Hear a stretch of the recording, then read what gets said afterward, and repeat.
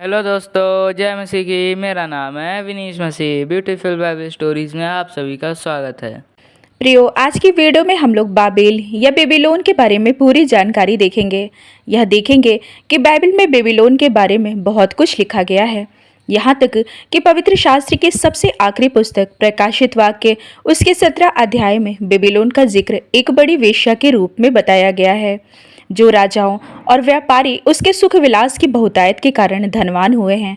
इसके बाद बेबीलोन के पतन के बारे में भी भविष्यवाणी हुई है। तो यह बेबीलोन क्या है और इसके बारे में क्यों जानना आवश्यक है, आज इस वीडियो के माध्यम से देखेंगे। यदि अभी तक आपने हमारे इस चैनल को सब्सक्राइब नहीं किया है तो सब्सक्राइब कर दीजिए और बेल आइकन को भी दबा दीजिए, जिससे आने वाली वीडियो की नोटिफिकेशन आपको जल्द मिल पाए। तो आइए वीडियो स्टार्ट करते हैं। प्रियो, बेबीलोन को यहूदा के दुश्मन के रूप में दर्शाया गया, क्योंकि बेबीलोन के राजा नबूकदनेस्सर के द्वारा 587 ईस्वी पूर्व में यहूदा और यरूशलेम पर हमला किया गया था। इस हमले के बाद यहूदियों को बेबीलोन ले जाकर बंदी बना लिया गया, जिसमें यहूदा गोत्र के राजा यहोयाकीन और उसके परिवार सहित उसके राज्य के कुशल कारीगरों और वीर योद्धाओं को, जो लगभग 10,000 के अतिरिक्त रहे होंगे, उन्हें 587 ईस्वी पूर्व में बेबीलोन में बंदी बना लिया गया और यरूशलेम मंदिर को भी नष्ट किया गया था। ये बेबीलोन प्राचीन मेसोपोटामिया का सबसे प्रसिद्ध शहर है, जिसके खंडहर बगदाद से 59 मील 94 किलोमीटर दक्षिण पश्चिम में स्थित है। इसे ईश्वर का द्वार भी कहा गया है, जो अकादियन का अर्थ है। आइए आगे बढ़ने से पहले इसके पूरे इतिहास को समझते हैं कि बेबीलोन कैसे बना और वहाँ पर कौन रहता था। जैसा कि हम जानते हैं कि नूह के समय में भूमि पर मनुष्य बढ़ने लगे और उनके अपराध भी बहुत बढ़ने लगे और उनके बेटियां भी उत्पन्न हुई। तब परमेश्वर के पुत्रों ने मनुष्य की पुत्रियों को देखा कि वे सुंदर है और उन्होंने जिस जिसको चाहा उनसे विवाह कर लिया। तब यहोवा ने कहा कि मेरा आत्मा मनुष्य से सदा लो विवाद करता ना रहेगा, क्योंकि मनुष्य भी शरीर ही है और उसकी आयु 120 वर्ष की होगी। तभी उन दिनों में पृथ्वी पर दानव भी रहते थे, और इसके पश्चात जब परमेश्वर के पुत्र मनुष्य की पुत्रियों के पास गए, तब उनके द्वारा जो पुत्र उत्पन्न हुए वे शूरवीर होते थे, जिनकी कीर्ति प्राचीन काल से प्रचलित है। तब यहोवा ने देखा कि मनुष्य की बुराई पृथ्वी पर बढ़ गई है और उनके मन के विचार में जो उत्पन्न होता है वह निरंतर बुरा ही होता है। इसलिए यहोवा पृथ्वी पर मनुष्य को बनाने से पछताया और वह मन में अति खेदित हुआ। उसी समय के लोगों में नूह एक धर्मी पुरुष था और अपने समय के लोगों में खरा था, और नूह परमेश्वर ही के साथ साथ चलता रहा। और नूह से शेम और हाम और यपेत नामक 3 पुत्र उत्पन्न हुए। उस समय पृथ्वी परमेश्वर की दृष्टि में बिगड़ गई थी और उपद्रव से भर गई थी, और परमेश्वर ने पृथ्वी पर जो दृष्टि की तो क्या देखा कि वह बिगड़ी हुई है, क्योंकि सब प्राणियों ने पृथ्वी पर अपना अपना चाल चलन बिगाड़ लिया था। नूह के समय में जल प्रलय के द्वारा उस समय के लोग डूबकर मर गए। बस नूह और उसकी पत्नी और 3 बेटे शेम, हाम और यपेत और उनकी 3 बहुएं जीवित थी, जिनके द्वारा उनका वंश आगे बढ़ने पाया। एक बार नूह अपने दाखों की बारियों का दाख पीकर अपने तंबू के भीतर नग्न अवस्था में पड़ा था। तब नूह के पुत्र हाम ने अपने पिता के नंगे शरीर को ढकने की बजाय अपने भाइयों को जाकर बता दिया। तब उसके भाइयों ने अपने पिता को पीछे मुंह करके उसके शरीर को कपड़ों से ढांप दिए, जिसके कारण उन्होंने अपने पिता के नग्न शरीर को नहीं देखा। नूह के होश में आने पर नूह ने यह जान लिया कि हाम ने उसके साथ क्या किया था। तब नूह ने हाम के बेटे कनान को शाप दिया, जिसके कारण हाम भी शापित हुआ। अब कनान की वंशावली में कनानी लोग हुए, जिसके बारे में मैं एक अलग वीडियो बना चुकी हूँ, आप उसे देख सकते हैं। इस वीडियो का लिंक आपको इस वीडियो के डिस्क्रिप्शन में मिल जाएगा। तो प्रियो, आइए इन तीनों बेटों की वंशावली पर ध्यान देंगे। नूह का बेटा हाम की वंशावली यह है। हाम के पुत्र कूश, मिस्र, फूत और कनान हुए, और कूश के पुत्र सबा, हवीला, सबिता, रामा और सबूतका हुए, और रामा के पुत्र सबा और ददान हुए। कूश के वंश में निम्रोद भी उत्पन्न हुआ। पृथ्वी का पहला वीर वही हुआ है। वह यहोवा की दृष्टि में पराक्रमी शिकार खेलने वाला ठहरा। इससे ये कहावत चली है कि निम्रोद के समान यहोवा की दृष्टि में पराक्रमी शिकार खेलने वाला।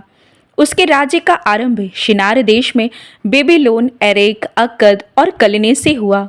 उस देश से वह निकलकर अश्शूर को गया और नीनवे, रहोब, तीर और कालाह को, और नीनवे और कालाह के बीच जो रेसेन है उसे भी बसाया।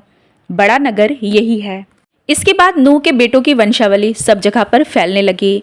शेम की वंशावली में अब्राहम का पिता तेरह का जन्म हुआ। तेरह के पुत्रों का नाम अब्राम, नाहोर और हारान उत्पन्न हुए। अब्राहम के वंश में याकूब, जिसका नाम इज़राइल भी परमेश्वर ने रखा, उसी से इज़राइलियों के गोत्र बढ़े। नूह का बेटा यपेत की वंशावली में गोमेर, मागोग, मादै, तूबल, मेशेक और तिरास हुए। परंतु आज हम हाम के वंश में पैदा हुए निम्रोद के बारे में देख रहे हैं, जो पृथ्वी का पहला वीर था और यहोवा के सामने पराक्रमी शिकारी था, जिसका मतलब परमेश्वर के सामने युद्ध करने वाला। इसने अपना राज्य शिनार देश में बेबीलोन, एरेक, अक्कद और कलने से आरंभ किया था।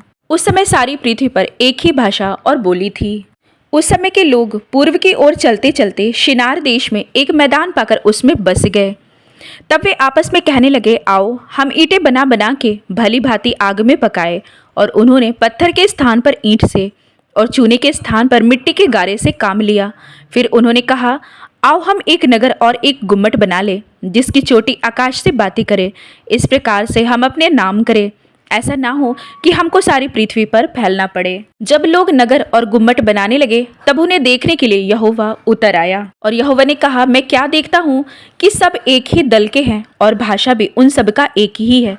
और उन्होंने ऐसा ही काम करना भी आरंभ किया। और अब जो कुछ वे करने का यत्न करेंगे, उसमें से कुछ भी उनके लिए अनहोना ना होगा। इसलिए यहोवा ने उनकी भाषा में गड़बड़ी डाल दी कि वे एक दूसरे की बोली को ना समझ सके। इस प्रकार यहोवा ने उनको वहां से सारी पृथ्वी के ऊपर फैला दिया और उन्होंने उस नगर का बनाना छोड़ दिया। इस कारण उस नगर का नाम बेबीलोन पड़ा, जिसका अर्थ है गड़बड़, क्योंकि सारी पृथ्वी की भाषा में जो गड़बड़ी है वह यहोवा ने वहीं डाली।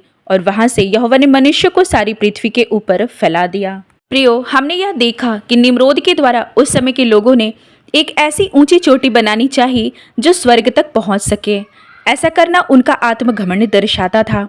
शायद उन्होंने यह सोचा होगा कि यदि अब की बार जल प्रलय आए तो हमें डुबा नहीं सकती है, क्योंकि हम लोग बहुत ऊंची चोटी पर होंगे।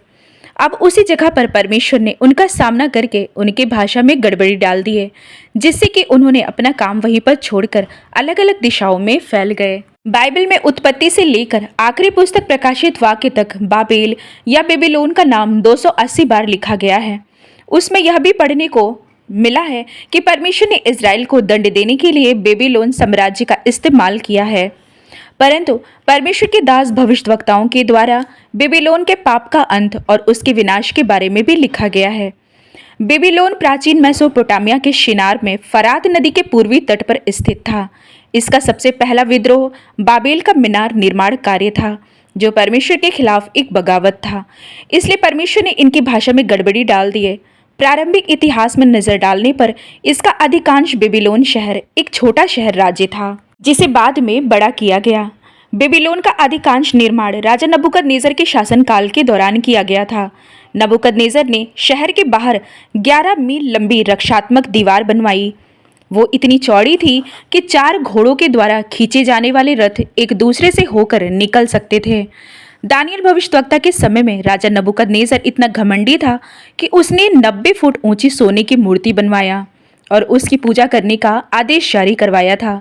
परंतु बाद में परमेश्वर की तरफ से उसके घमंड को चूर किया गया, जब वह 7 काल तक घास के मैदान में पागल सा पड़ा रहा, जब तक कि उसने यहोवा को नहीं जान लिया।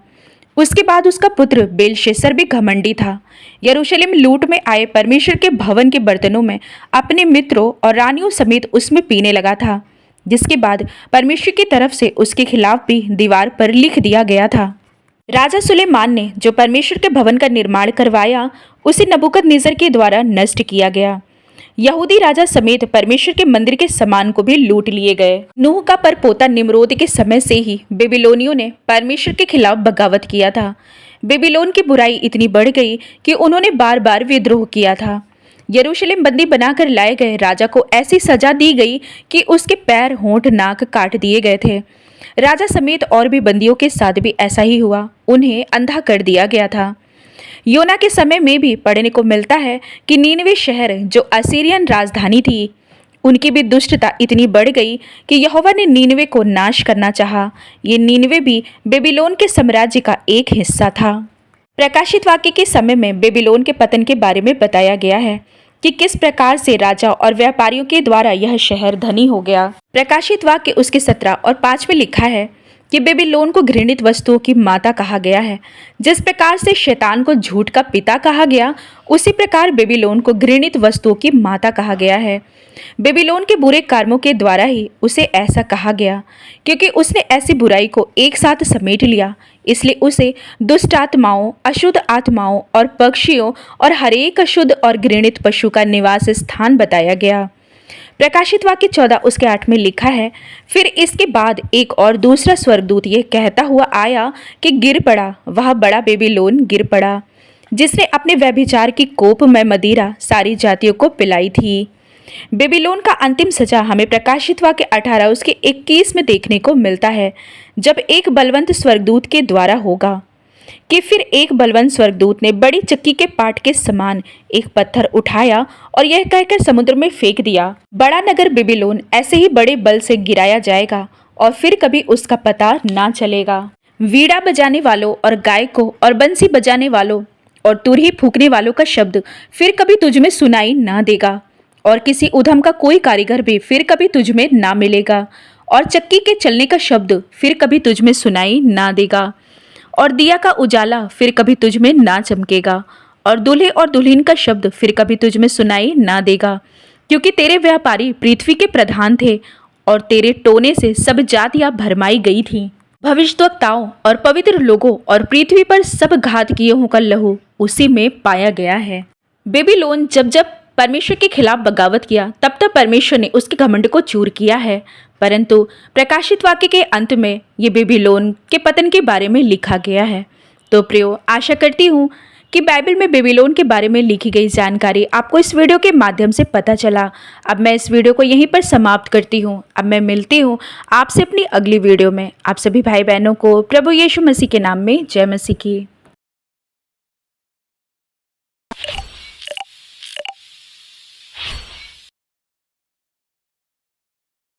तो दोस्तों, कैसी लगी आपको स्टोरी कमेंट में लिख के बताइए। आगे ही ऐसी वीडियो देखने के लिए हमारे चैनल को सब्सक्राइब कर दीजिए। जय मसीह की दोस्तों।